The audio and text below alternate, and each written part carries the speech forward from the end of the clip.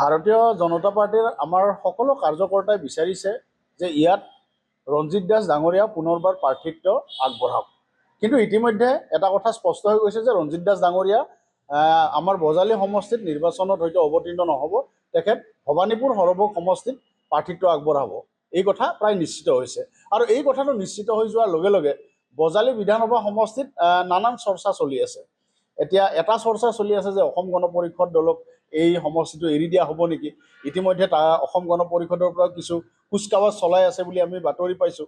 কিন্তু মূলতঃ আমাৰ বজালী জিলাৰ যিসমূহ কাৰ্যকৰ্তা, আমাৰ দলীয় কাৰ্যকৰ্তা আৰু সাধাৰণ মানুহৰ মাজতো যদি আপোনালোকে এটা সমীক্ষা চলায়, তেনেহ'লে নিশ্চিতভাৱে দেখা পাব যে ইয়াত আচলতে বিজেপিৰ এগৰাকী প্ৰাৰ্থী হোৱাটো সকলোৱে বিচাৰিছে।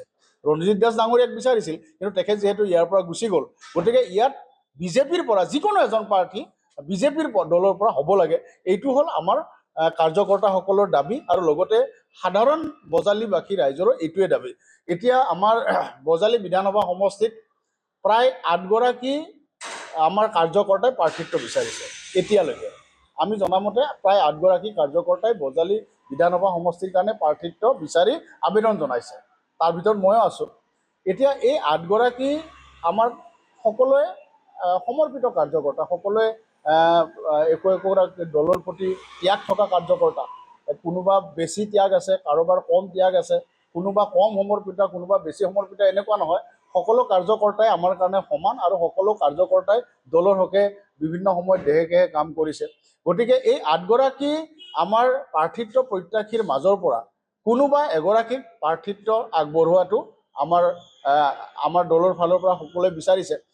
প্ৰাৰ্থী যিয়ে নহওক, কিন্তু বজালী বিধানসভা সমষ্টিটো যাতে বিজেপিৰ ফালৰ পৰা হয়, এইটো আমাৰ সকলোৰে দাবী। পূৰ্বৰ যি ভৱানীপুৰ সমষ্টি আছে, পূৰ্বৰ সৰভোগ ভৱানীপুৰ, এতিয়া তাৰ যিগৰাকী প্ৰাক্তন বিধায়ক মনোৰঞ্জন দাসে দাবী কৰিছে যে সেইটো শ্বহীদৰ সমষ্টি, তাক অসম গণ পৰিষদক এৰি দিব লাগে। যোৱাটো বিধানসভা নিৰ্বাচনত CM-এ যে তেখেতক কৈছিল যে আমি এইবাৰ বিজেপি লম, নেক্সট সময়টোত আমি অগমক এৰি দিম এই চিটখন, কি কয়? নাই, অসম গণ পৰিষদ দলে যি ধৰণে প্ৰতিটো সমষ্টিয়ে বিচাৰিছে, বৰপেটাও বিচাৰিছে, ভৱানীপুৰ সৰভোগো বিচাৰিছে, আপোনাৰ মুখৰ পৰা শুনিলোঁ, বজালীও বিচাৰিছে, তেনেহ'লে আমি বিজেপিয়ে ক'ত খেলিম তেতিয়াহ'লে? যদি প্ৰতিটো সমষ্টি AGP-কে লাগে, বিজেপিয়ে ক'ত খেলিব? আমাৰ কথাটো হ'ল যে আমি 8 গৰাকী ইয়াত প্ৰাৰ্থিত্ব প্ৰত্যাশী আছোঁ। 8 গৰাকী প্ৰাৰ্থিত্ব প্ৰত্যাশীৰ মাজৰ পৰা দলে যিগৰাকীক যোগ্য বুলি বিবেচনা কৰে, যাৰ কাম কাজে ভৱিষ্যত দিনত বজালীক আগবঢ়াই নিব পাৰিব বুলি দলৰ নেতৃত্ব পতিয়ন যায়, এই 8 গৰাকী প্ৰাৰ্থিত্ব প্ৰত্যাশীৰ মাজৰ পৰা তেনে এগৰাকী প্ৰাৰ্থীক বাছনি কৰক, সেইটো বিজেপি দলৰ পৰা হওক। এইটো বিজেপি দলৰ সকলো কাৰ্যকৰ্তাই বিচাৰিছে। আৰু সাধাৰণভাৱে আপোনালোকে সমীক্ষা চলালেও দেখিব যে সাধাৰণভাৱে বজালীবাসী মানুহেও এইটো খিলঞ্জীয়া মানুহৰ এটা সমষ্টি। গতিকে ইয়াত বিজেপিকে মূলতঃ বিচাৰিছে। যদিও অসম গণ পৰিষদ দল এটা সময়ত দুৰ্গ আছিলে বুলি কোৱা হয়, কিন্তু আপোনালোক সকলোৱে জানে যে আমি এলায়েন্স পাৰ্টনাৰ হিচাপে আছোঁ তেওঁলোকৰ লগত।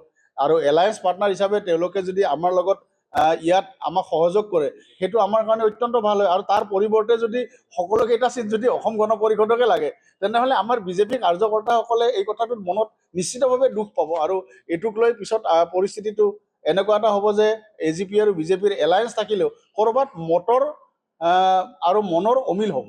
গতিকে সেইকাৰণে মই ভাবোঁ যে শীৰ্ষ নেতৃত্বই নিশ্চিতভাৱে বিবেচনা কৰিব। ডক্টৰ হিমন্ত বিশ্ব শৰ্মা ডাঙৰীয়া, আমাৰ সভাপতি মাননীয় দিলীপ শইকীয়া ডাঙৰীয়া, দুয়োগৰাকী বিচক্ষণ ৰাজনীতিক, তেওঁলোকে নিশ্চিতভাৱে এটা মীমাংসা উলিয়াব।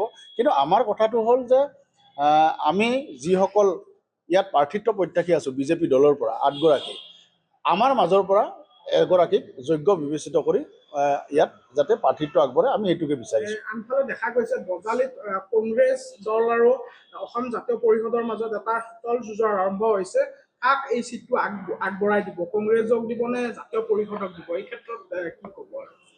বিৰোধী দলৰ তেওঁলোকৰ ভিতৰৰ কথা সেইটো।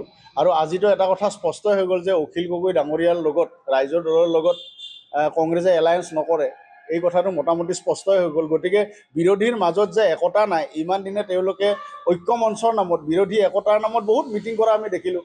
হোটেল দিল্লীত তেওঁলোকে মিটিং কৰে, ইখন হোটেলত মিটিং কৰে, ইখন হোটেলত মিটিং কৰে, কেতিয়াবা ধাবাত বহাৰ কথা কয়। কিন্তু ফাইনেল ৰিজাল্টটো ওলাল যে তেওঁলোকৰ মাজত একতা নাই, বিৰোধীৰ মাজত একতা নাই। আৰু একতা নাই কাৰণে ইতিমধ্যে সকলো দল ইহঁত একত্ৰিত যে হ'ব নোৱাৰিলে, ৰাইজৰ দলক তেওঁলোকে একাষৰীয়া কৰাৰ পৰা এইটো প্ৰমাণ হৈছে। আপোনাৰ নামটো চৰ্চিত হৈছে বজালীত, আচলতে কি ক'ব? মই ভাৰতীয় জনতা পাৰ্টীৰ এগৰাকী সমৰ্পিত কাৰ্যকৰ্তা হিচাপে কাম কাজ কৰি আছোঁ। দলে মোক বৰ্তমান ৰাজ্যিক মুখপাত্ৰৰ দায়িত্ব দিছে, মই নিষ্ঠা সহকাৰে এই দায়িত্ব পালন কৰি আছোঁ। তাৰ লগতে দলে আৰু অন্যান্য বিভিন্ন কামত মোক নিয়োজিত কৰিছে আৰু মই যিমানখিনি পাৰোঁ মই মোৰ নিষ্ঠা আৰু সততাৰে দলীয় দায়িত্ব পালন কৰিছোঁ। পালন কৰি আগবঢ়াই নিজকে ৰাইজৰ মাজলৈ আৰু অধিক কেনেকৈ লৈ যাব পাৰি, ৰাইজৰ লগত সুসম্পৰ্ক কি ধৰণে ৰক্ষা কৰিব পাৰি, সেই সম্পৰ্ক কি ধৰণে সুদৃঢ় কৰিব পাৰি, তাৰ কাৰণে বজালী বিধানসভা সমষ্টিত মই গাঁৱে গাঁৱে ঘূৰি ফুৰিছোঁ। আমাৰ কাৰ্যকৰ্তাসকলৰ লগত একেলগে ঘূৰিছোঁ ফুৰিছোঁ, সাধাৰণ ভোটাৰৰ লগত কথা পাতিছোঁ, আমি একেলগে খাইছোঁ বহিছোঁ, একেলগে বিভিন্ন ধৰণৰ অনুষ্ঠান কৰিছোঁ। গতিকে এই গোটেই পৰিস্থিতিবিলাক চাই দলে যদি সিদ্ধান্ত লয় যে এই 8গৰাকী প্ৰাৰ্থীৰ ভিতৰত যে মোক বিবেচনালৈ আনিব পাৰি, তেতিয়াহ'লে দলে সিদ্ধান্ত ল'ব। আৰু দলে যদি বিবেচনালৈ নানে, এইটো দলৰ কথা, দলে যি সিদ্ধান্ত ল'ব সেই সিদ্ধান্তই আমি মানি ল'ম।